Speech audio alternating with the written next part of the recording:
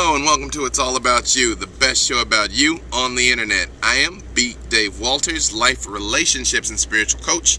This is episode number 59, but I don't know what I'm going to talk about. So you've probably already seen the title come up because by now I've done it all and then I did the video and I gave it a name, but I'm not sure right now. I just had an opportunity of peace and quiet here on the tour bus. See my super sweet tour bus background behind me? And so I want to just take some time to record some stuff for you. So how are you? You good? Good. As of this recording, I'm in Little Rock, Arkansas, which is my hometown. You may know, so I'm going to get a chance to see my mom, hopefully see a couple of my friends. I think I'm going to be going up to Fayetteville tomorrow, see some more of my friends, so it should be a pretty good time. But I wanted to tell you a couple things first. First of all, remember I'm on the radio now every Thursday. You can listen to it online. It's on WLLL, like Larry, so William Larry, WLLL radio.com, and then you go through the intro and click listen live up at the top every Thursday from 2:15 to 2:30 Pacific or 5:15 to 5:30 Eastern, which is 10:15 to 10:30 if you're in England, and anywhere else you probably got to try and figure it out. But every Thursday I'm on the radio. Besides that, wow, it's been a crazy ride. I shot a video a couple of days ago. I think I told you all the places I've been, but let me see. So it's Sunday right now. So last Saturday I was in Anaheim, California. Sunday I was in Tempe, Arizona. Monday I was in El Paso, Texas. Tuesday I was in Amarillo, Texas. Wednesday I was in San Antonio, Texas. Thursday and Friday I was in Dallas, Texas. Saturday I was in Houston, Texas. Today I'm in Little Rock, Arkansas. So I've been all over the map. But something that's been coming up a lot lately that we've talked about before, but I want to talk about again, is people in relationships, and this applies to jobs also, but this has been happening a lot in romantic relationships with people that I've been coaching, and people just come to me for advice, or I've submitted questions through FormSpring. You know, you can ask me anything at formspring.me/BDaveWalters, or you can reach me through my website, peacelovemoney.com. And a lot of people are in relationships that they know don't work. They know these relationships are not working, but they just don't leave. I had someone ask me yesterday that she said she'd been dating this guy for almost 3 years. He's cheated on her 3 times in these 3 years. And she's like, I don't think I can trust him. What should I do? I'm like, you should break up with him because you can't trust him. He's a cheater. He is a cheater. Cheater is in his blood. It's in his genes. It's in his character to be unfaithful. But here's the other problem. Let's say for some reason this guy really did decide he wanted to turn his life around and really wanted to stop and just be a one-woman man. She can never fully believe it. Deep down inside, she will never really trust him because he's violated her trust 3 times. That's not a firm foundation to build a relationship on. It's not a firm foundation to get married on, to have children on. And here's an idea, here's a good indicator to know whether or not you've got a bad reason to stay in a relationship. If you can look at a situation and you can say, oh, this person does all these things, you know, they're mean to me, or they cheat on me, or they're verbally or mentally, or God forbid, physically abusive, or you list all these negative traits and your only counter argument is, but I love them, you need to leave the relationship.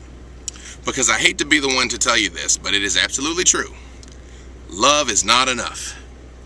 It's not. Love is not enough. There's lots of components to a relationship, and love is the biggest one. Love is the most important one. It's like you got a brain and you got a heart, and you need them both, okay? And you need to be able to apply both of them to situations, all right? Because emotions are a strange thing. As we've talked about lots of times, they're a chemical response in your brain, They're a chemical response in your brain.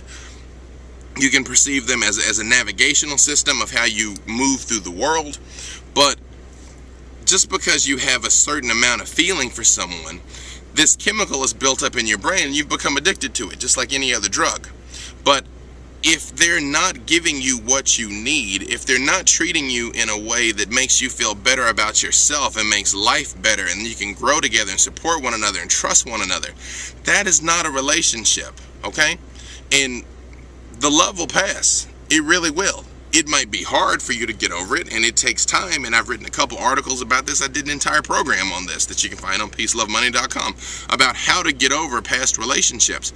But if you know that it's toxic, if you know this situation is damaging you, If you know this situation is never going to turn into the one that you want it to be, then why stay? Because ultimately what you're doing is wasting both of your time by staying in this bad situation. Now, and you might be thinking, oh, but it's not that easy. No, it's not that easy. It's not. It's not easy to quit smoking. It's not easy to quit drinking. It's not easy to stop doing cocaine or heroin.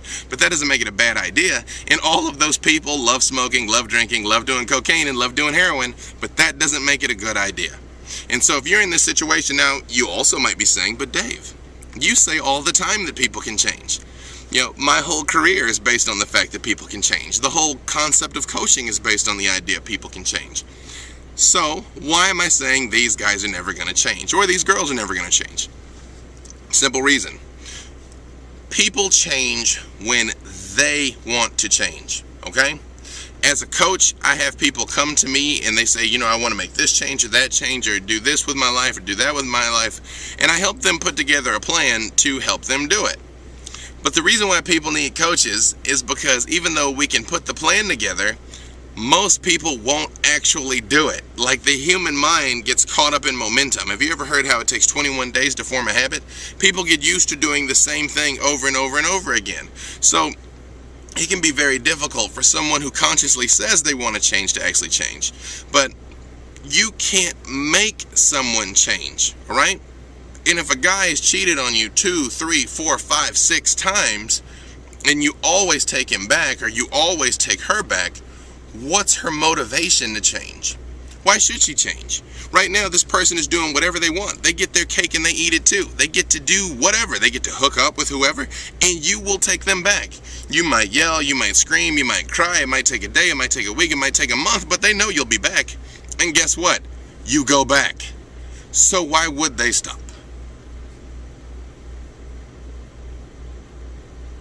They won't. So, now, something that you may find is when you finally stand up for yourself and put your foot down in these situations and let them know that you're not going to take this behavior anymore, don't be surprised if one of two things happens.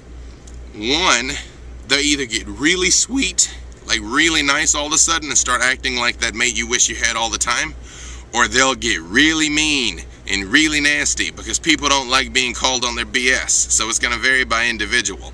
So don't be surprised if their behavior suddenly shifts radically when you let them know that you won't put up with this anymore.